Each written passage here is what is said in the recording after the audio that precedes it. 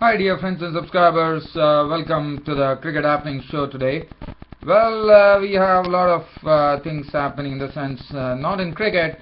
Well, YouTube has actually changed its comment situation now, and well, if that is the case now, I don't get any comments. I know, dear friends and subscribers, probably you're all trying to put your comments or suggestions, but I can understand. We hear a lot of things being said that the new comment system is something that it's something new, so it probably will take some time.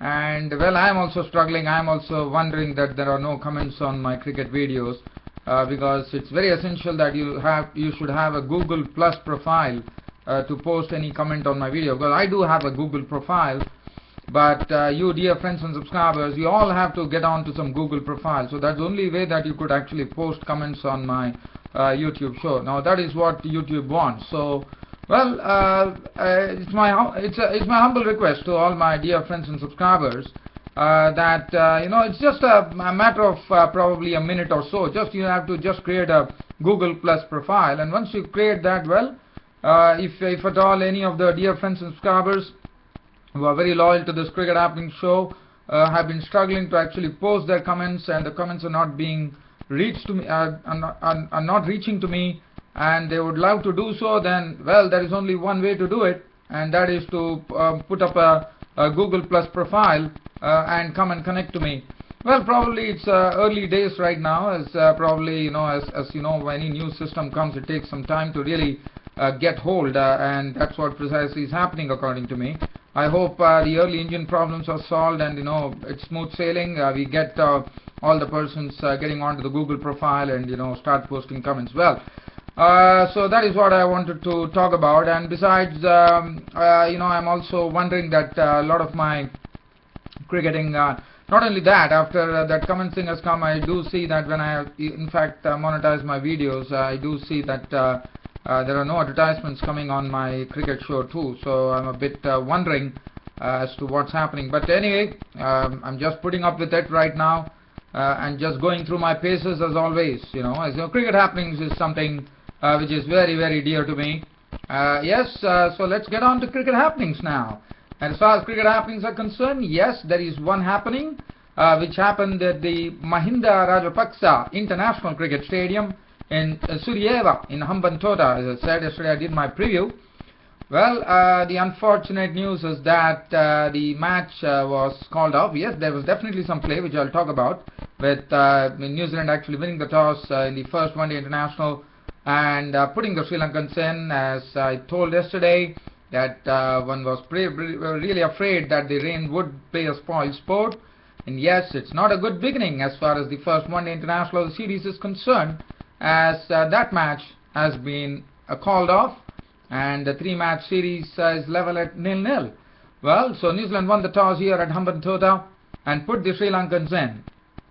Sri Lanka, well, they racked up some good score. In fact, they didn't have a good start. The very first ball was a beautiful ball delivered by Kyle Mills, the New Zealand captain, as Dimuth Karunaratne, who was playing, got a ball which was actually angled across him.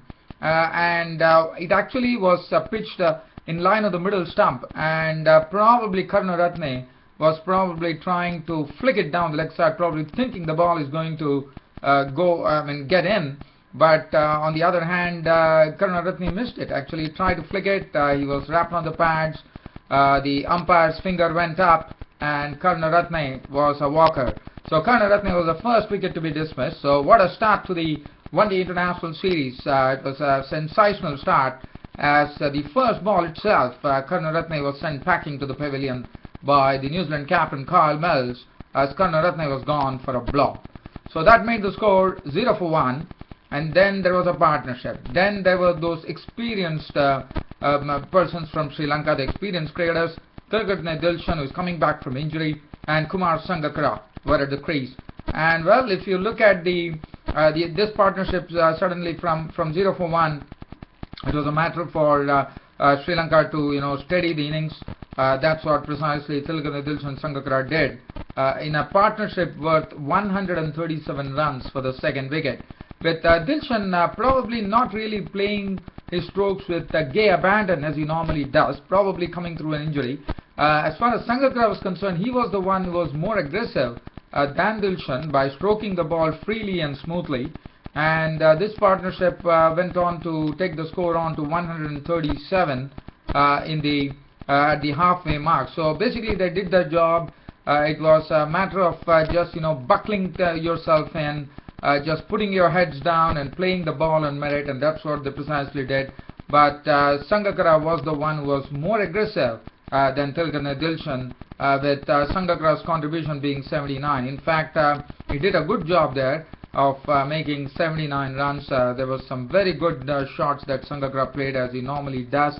And well, the score went down to 137 at the halfway mark. So probably that was a very, very good recovery by New Zealand, by Sri Lanka, after losing the first wicket pretty early of the very first ball of the One Day International Series.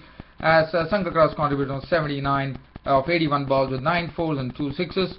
Dilshan contributed 81 of 114 balls with 9 fours. But the second wicket to go was Kumar Sangkarra. Now, Anton Dave, the left-arm spinner, was doing a wonderful job.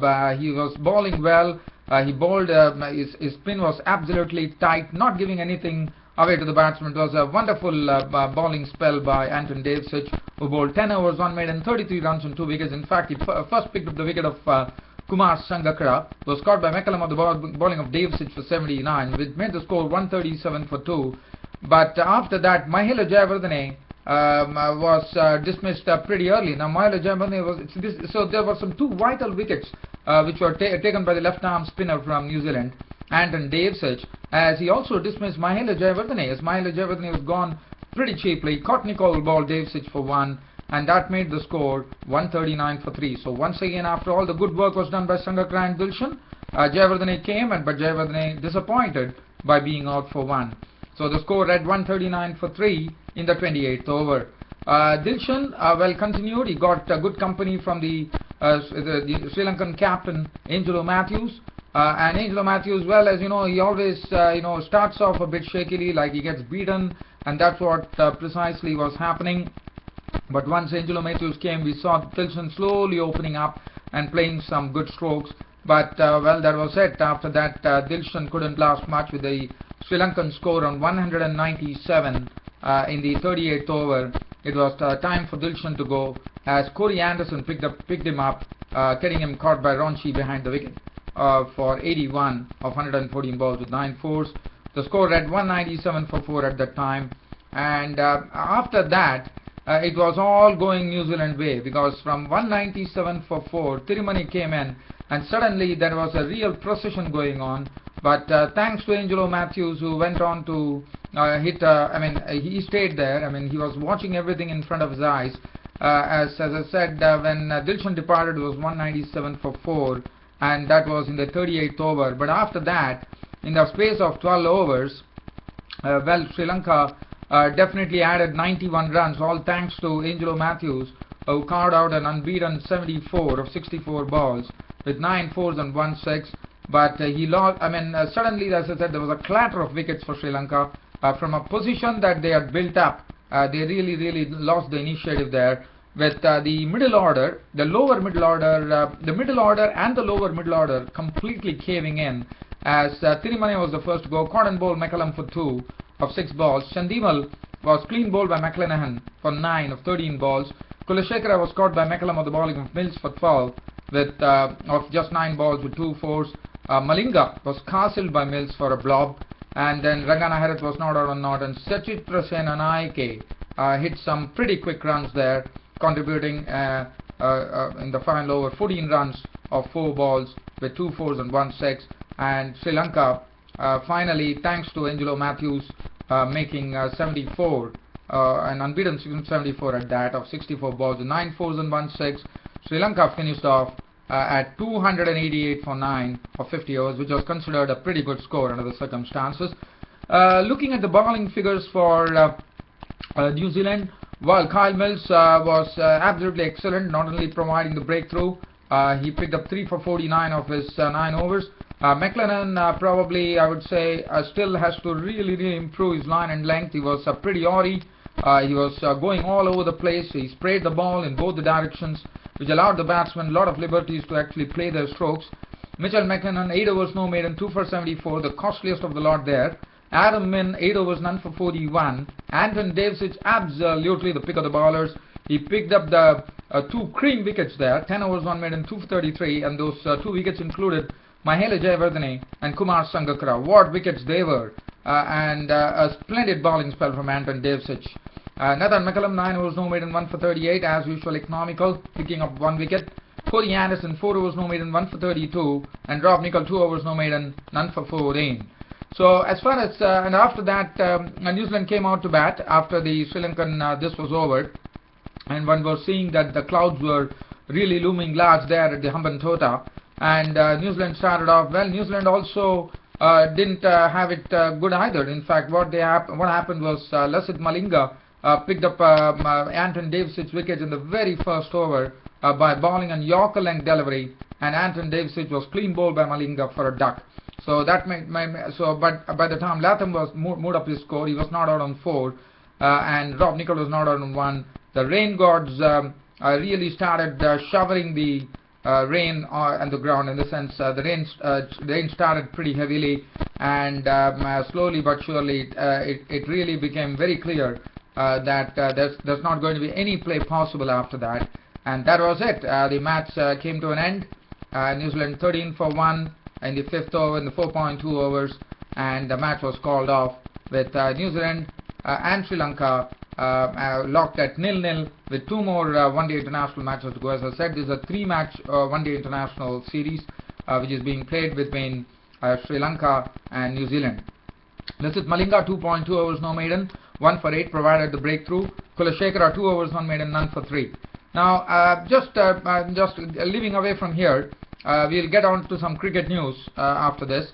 So as far as the cricket news is concerned, the news that is coming in is this is a news which is coming in from Pakistan. Now, Pakistan, as you know, Dave Whatmore has been a coach of the Pakistan cricket team for quite a long time, and there's a possibility that Dave Whatmore could probably no longer be the coach. In the sense, there is a hint probably that probably his contract might not be renewed. Now, you know, Pakistan has been struggling as far as I wouldn't say struggling, but Dave Whatmore has been a very, very good coach in the past. As you know, Sri Lanka, when they won the first World Cup, we know Dave Whatmore was the coach of the Sri Lankan cricket team.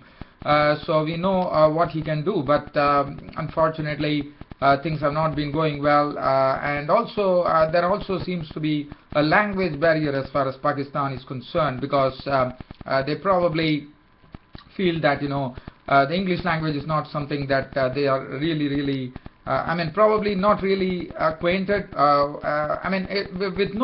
With absolutely no malice towards anybody. It's a statement which is coming out saying that some players feel that they are more comfortable with a local person actually coaching Pakistan, so that they understand the local language very well, and English is not something that they take to it easily. That's what the news is coming from. So as I said, it's not meaning anything wrong to anybody. It's just I'm just talking about whatever the reports that I have with me. That's what it says. So in fact, so they feel more comfortable if a local coach. So I think the best thing that Pakistan would be prompted to do, probably the Pakistan Cricket Board, is I think they should probably look out for a local coach. There are a lot of wonderful experienced players in Pakistan. To name a few, we have Imran Khan, we have Imran Khan, well, I don't know, because he's basically into politics right now. Javed Miandar is there. They have Zahir Abbas.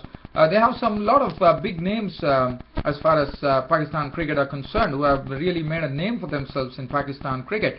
Now, if that is the case, one is prompted to feel that once, if at all, Dave Whatmore his tenure as a coach is not renewed, then probably one is tempted to feel that Pakistan would have a local batting coach, and I think they should go for those most experienced blokes there. Abdul Qadir is another one who could be the coach of the Pakistan cricket team. Now that is for something I would reckon that they require a very, very solid all-rounder who could be in the mold of Imran Khan, who could actually be the Pakistan's cricket coach. Well, that's for the Pakistan Cricket Board to decide. I'm just voicing my opinion based on the reports that we are getting about the players giving the feedback that's saying that they are more comfortable with a local coach who actually speaks the local language, which is Urdu. One only hopes that something of that sort, the feedback from players is pretty important. And looking at the feedback from the players, one is tempted to feel and prompted probably to feel that they should probably give a chance to a local coach of Pakistan who could really gel well with all the players. Well, as I said, purely this is my own comment on this YouTube broadcast. As I said, I'm not talking ill about anybody. Well, every country has their local language. Every country, English is also, as you know, is a common language that is accepted all over the world. In the fitness of things, I think Pakistan would be better off having a local coach to actually coach their team. Well, on this very note, dear fans, friends and subscribers, your host Ram would like to end the cricket show for today, but promising you that's more to come tomorrow on my next Cricket Happening show. Until then, it's a big goodbye from your host Ram on a Sunday. Thank you.